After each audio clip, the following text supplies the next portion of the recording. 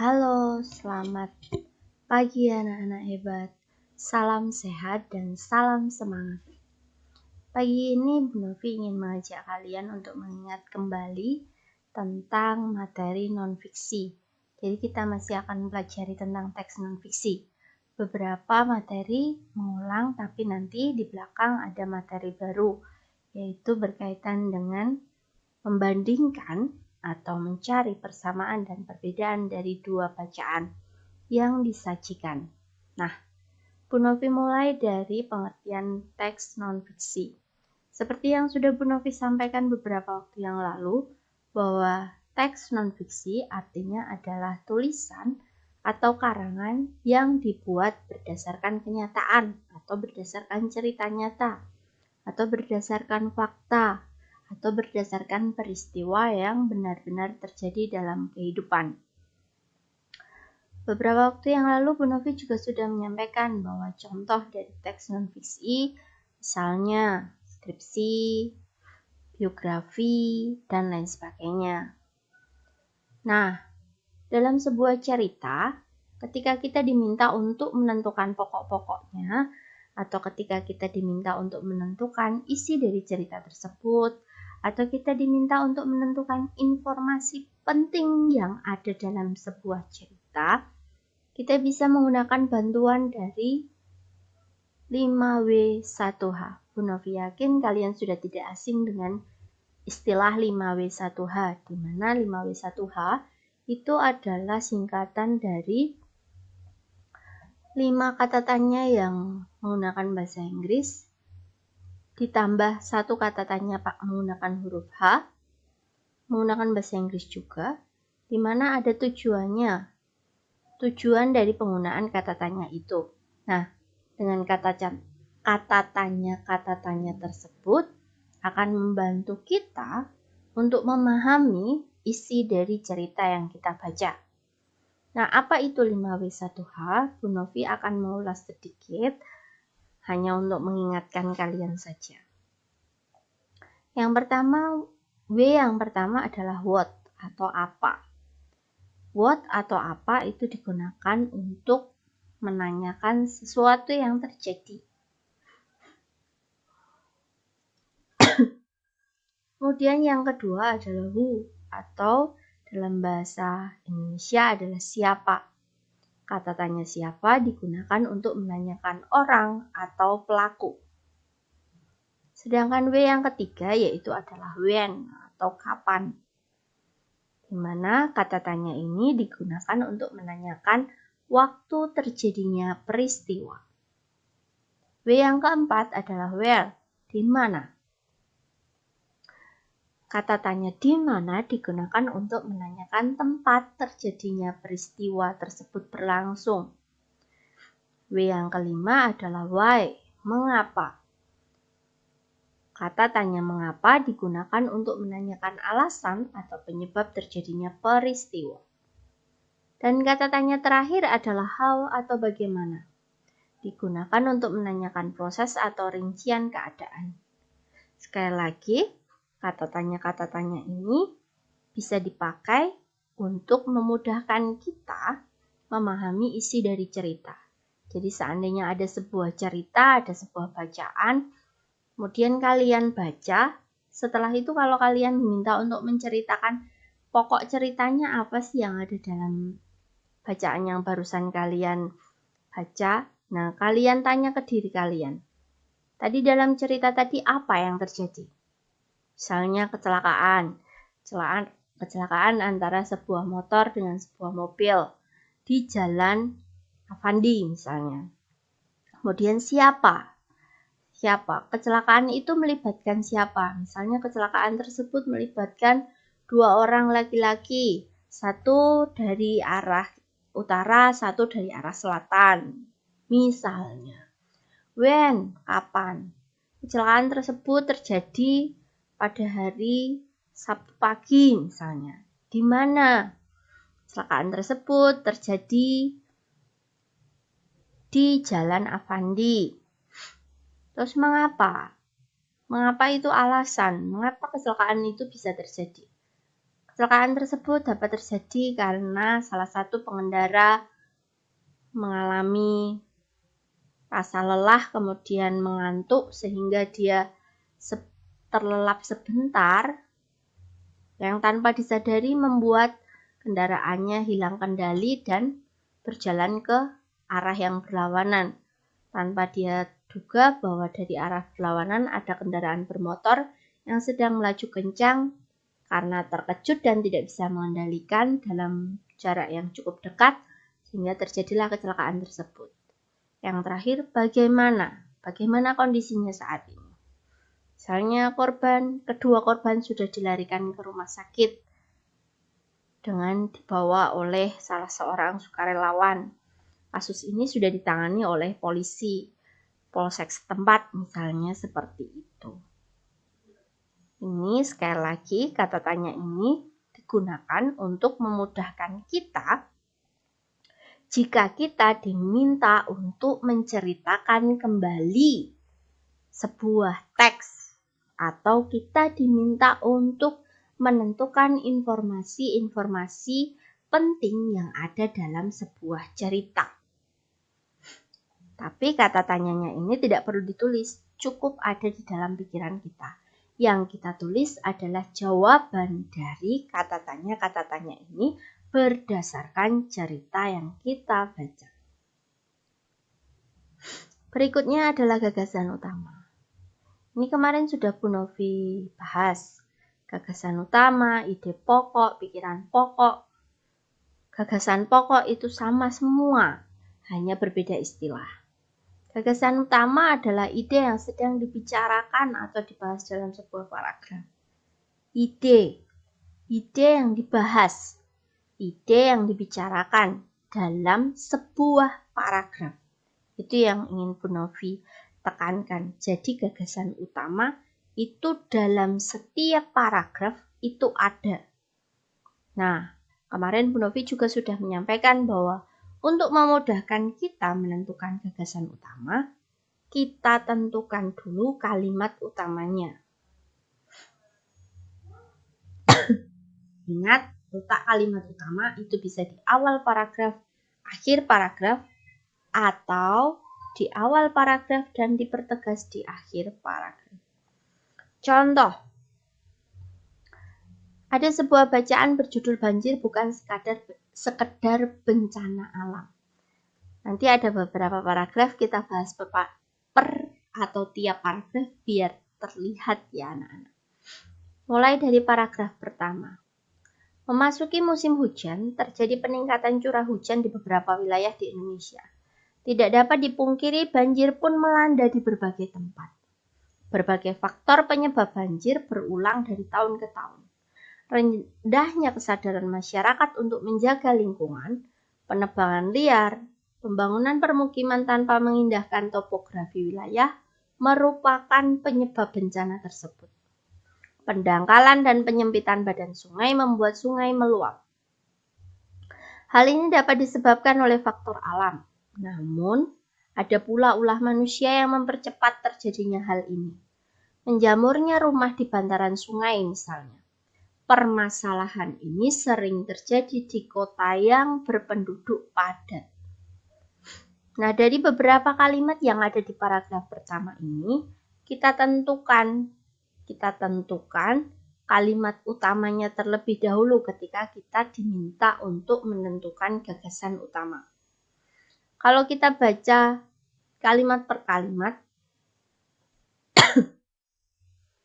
sekali lagi yang menjadi ciri khas kalimat utama itu adalah yang pertama, bersifat umum. Dia bisa berdiri sendiri tanpa dijelaskan yang lain.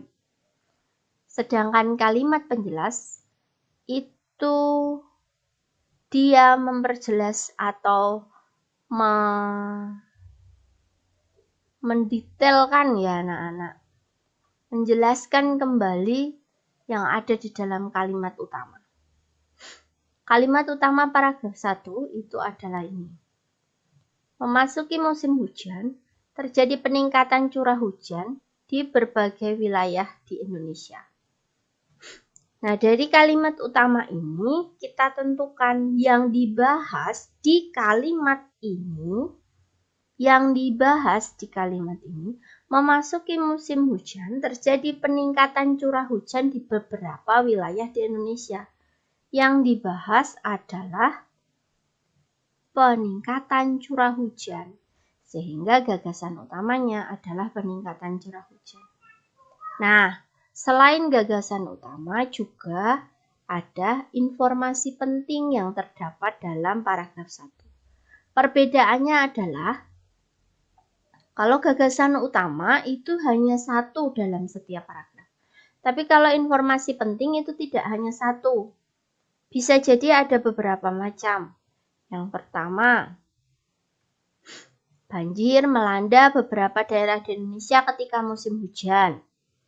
Bahkan itu terjadi dari tahun ke tahun. Artinya tidak hanya sesekali atau kadangkala, tapi hampir tiap tahun dan berulang begitu. Kemudian informasi yang kedua yang kita peroleh tadi penyebab banjir.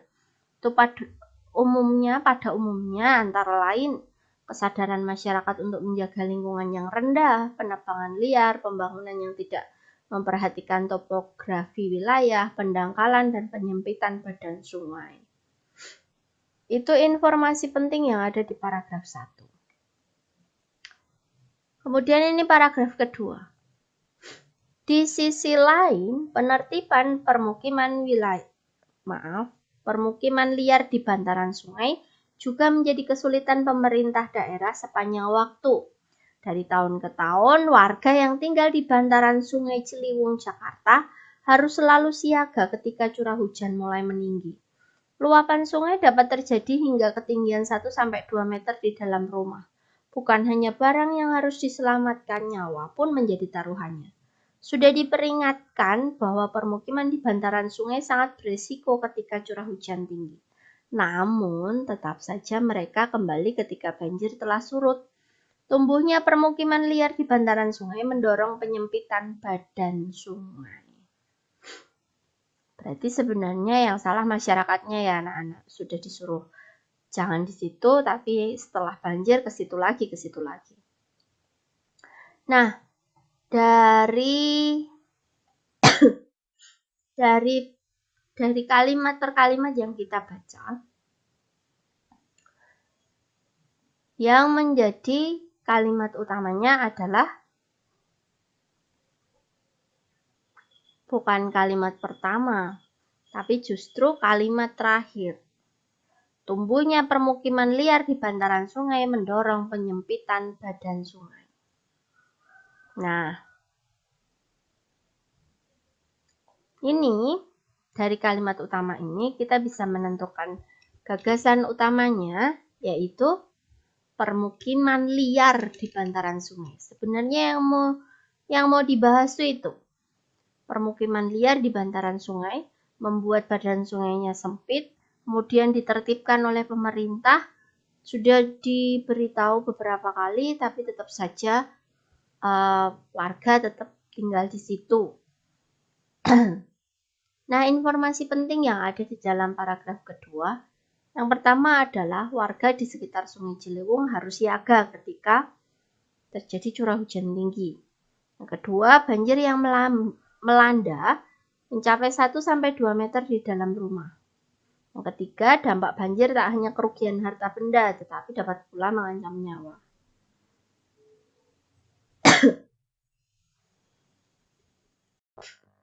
Paragraf ketiga yaitu aktivitas harian warga seperti mencuci dan membuang sampah di sungai juga makin mempercepat pendangkalan sungai.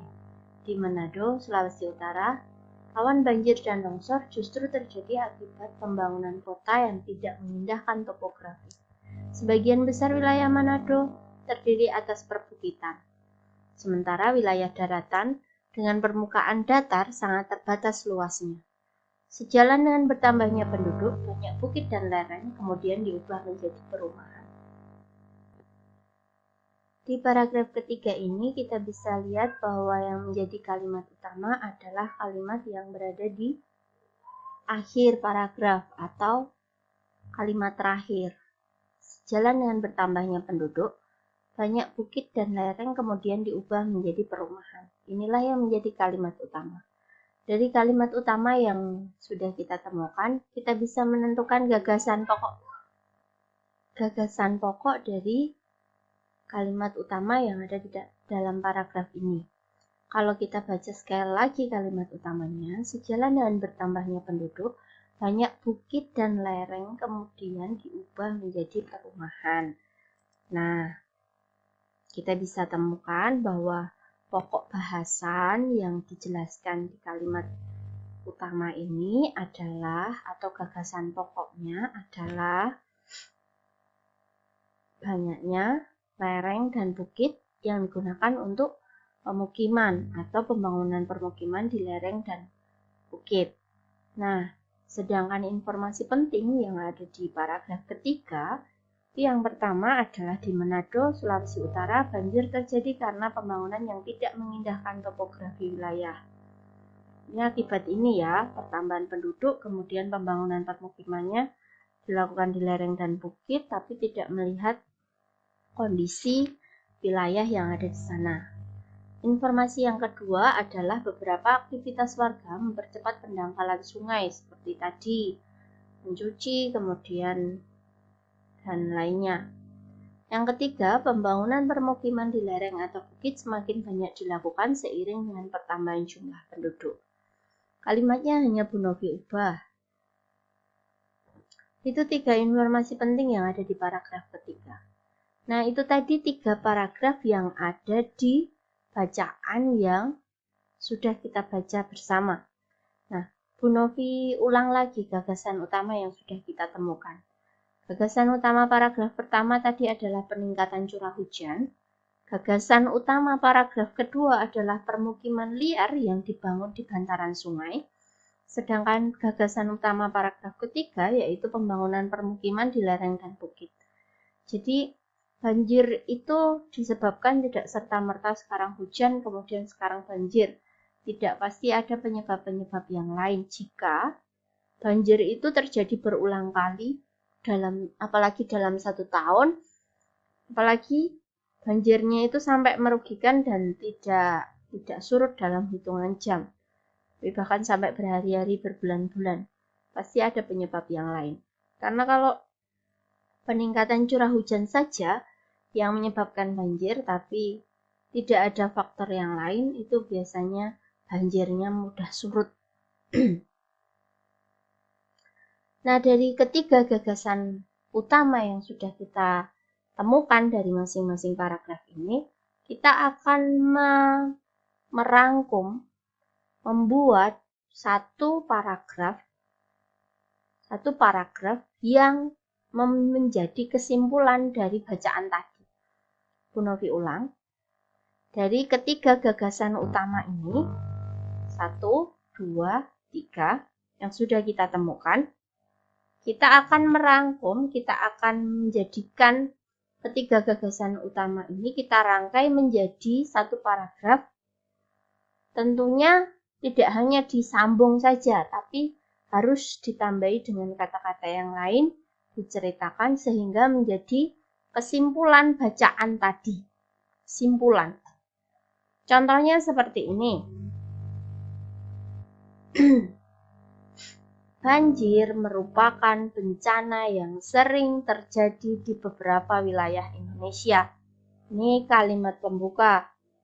Penyebab banjir antara lain, mulai dari peningkatan curah hujan saat musim hujan tiba, penyempitan badan sungai akibat pembangunan permukiman liar di bantaran sungai, dan pembangunan permukiman di lereng dan bukit tanpa mengindahkan topografi wilayah. Jadi ketiga gagasan utama ini kita rangkai menjadi satu kesimpulan. Tapi karena ketiga gagasan utama ini menyebutkan faktor dari banjir, maka Bu Novi tambahi kalimat pertama yaitu banjir merupakan bencana yang sering terjadi di wilayah Indonesia. Begitu. Ini namanya adalah kesimpulan.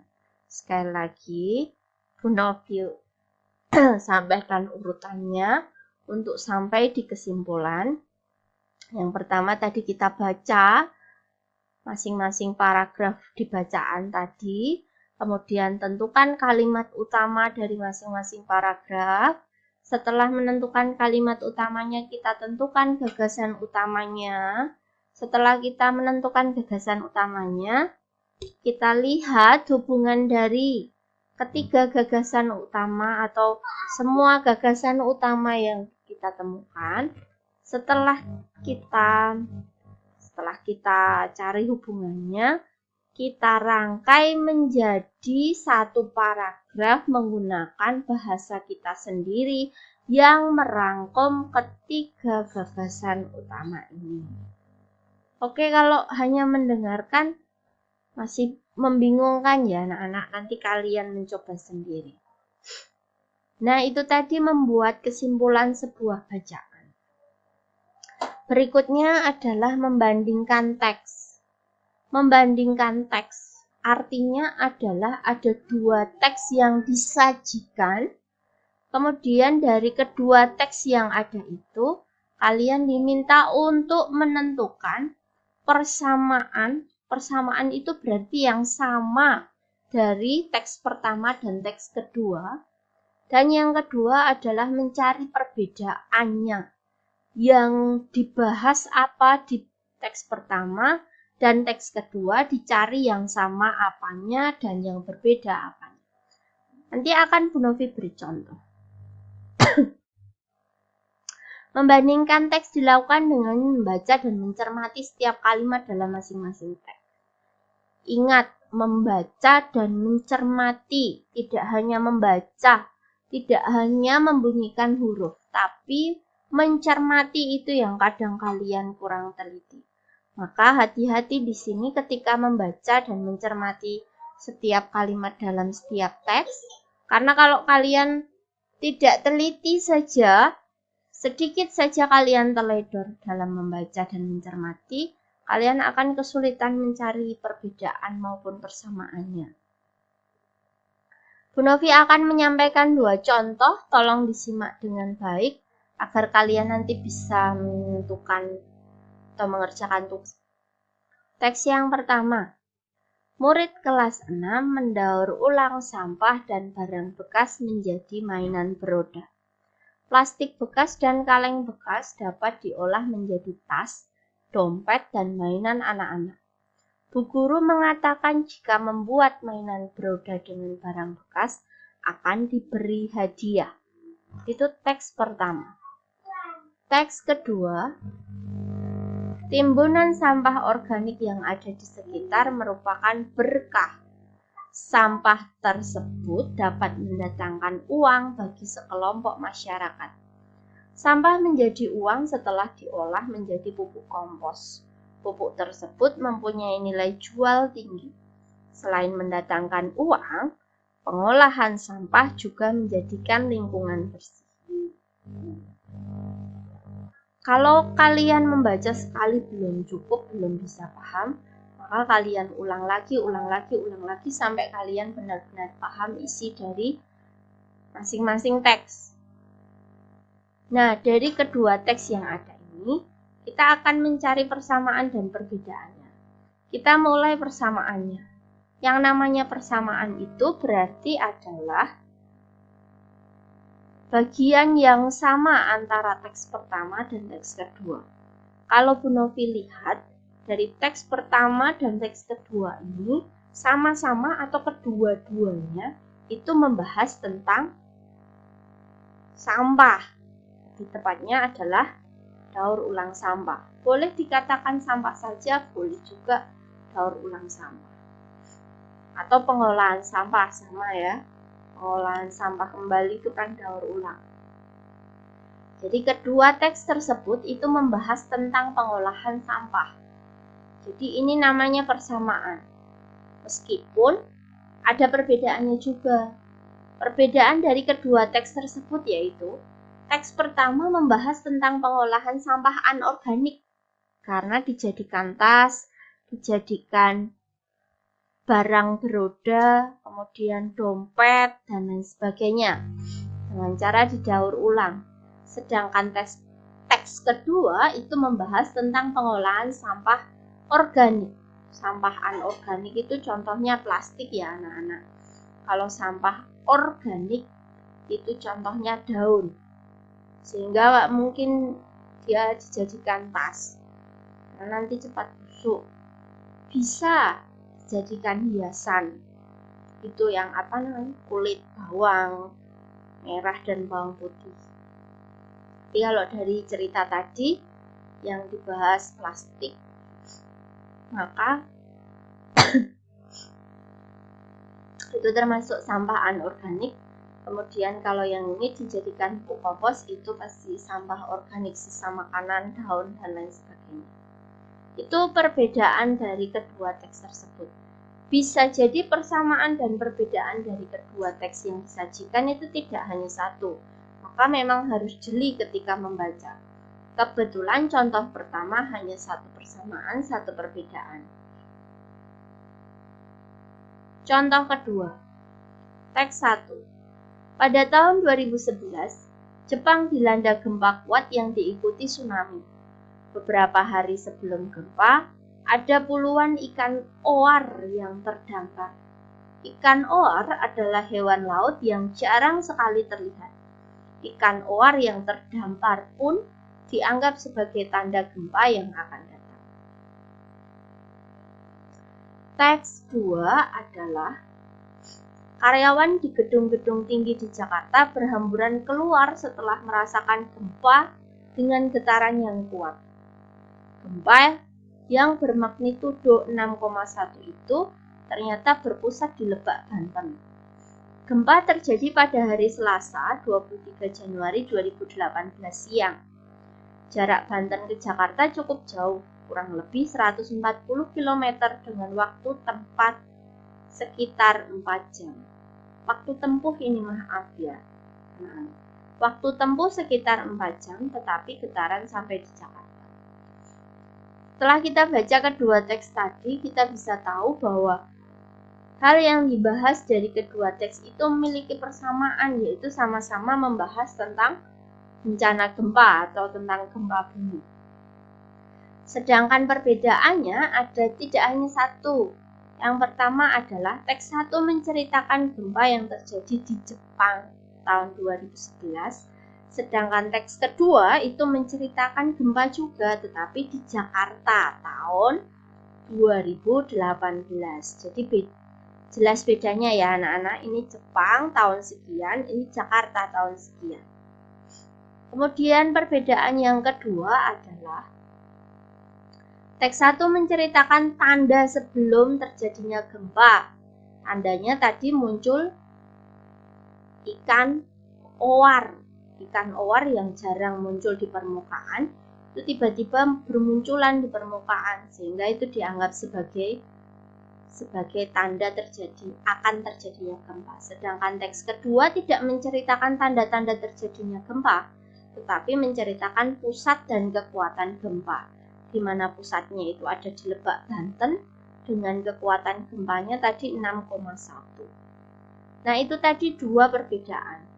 Nah, nanti kalau kalian diminta untuk mencari persamaan dan perbedaan dari dua teks, tolong ketika mencari perbedaan juga diceritakan begini. Teks 1 apa, teks 2 apa, begitu. Jangan hanya menyebutkan salah satu. Kalau hanya menyebutkan salah satu, kita tidak bisa membandingkan. Itu tadi perbedaan dari kedua teks tersebut. Nah, kita akan lanjut ke tugas kalian. Nanti Bu Novi akan menayangkan beberapa teks baca. Beberapa teks, kalian Bu Novi minta untuk menentukan persamaan dan perbedaan dari teks-teks tersebut. Nah, ketika menuliskan persamaan dan perbedaan, tolong dituliskan secara terpisah. Jadi, seperti tadi contohnya Bu Novi. Persamaannya apa, kemudian di bagian bawahnya perbedaannya apa. Perbedaannya pun juga dijelaskan, teks pertama seperti apa, teks kedua seperti apa. Nah, mana teks yang harus kalian cari persamaan dan perbedaannya? ada 3 pasang teks. Jadi nomor 1 itu adalah teks pertama di sebelah kiri, dan ini yang di sebelah kanan ini teks kedua. Ini nomor 1. Jadi kalian bandingkan kedua teks ini. Ini nomor 1. Nomor 2, teks pertama ini, teks kedua ini. Ini juga kalian bandingkan, cari persamaan dan perbedaannya. Begitu juga nomor 3. Teks pertama, ini teks kedua. Ingat, saya Bu Novi ulangi lagi, ketika mencari persamaan dan perbedaan, baca dan cermati dengan baik sebelum kalian menentukan persamaan dan perbedaannya. Kalau kalian sudah cermat, sudah tahu benar isi dari teks tersebut, kalian tuliskan persamaannya apa, kedua teks itu, kemudian setelah itu cari perbedaannya. Nah, tugas ini kalian kerjakan di buku tulis. Teksnya tidak usah kalian tulis di buku. Jadi kalian langsung tulis persamaan dan perbedaannya saja. Demikian penjelasan dan tugas kalian hari ini untuk materi bahasa Indonesia anak-anak. Semoga kalian dapat memahami. Meskipun baru pertama kali mencari, tapi jangan putus asa. Tetap semangat, kalian pasti bisa. Pelan-pelan saja tidak apa-apa. Dan Bu Novi tunggu hasilnya. Terima kasih anak-anak, selamat mengerjakan. Dan mohon maaf videonya kali ini cukup panjang daripada biasanya. Sampai jumpa lagi.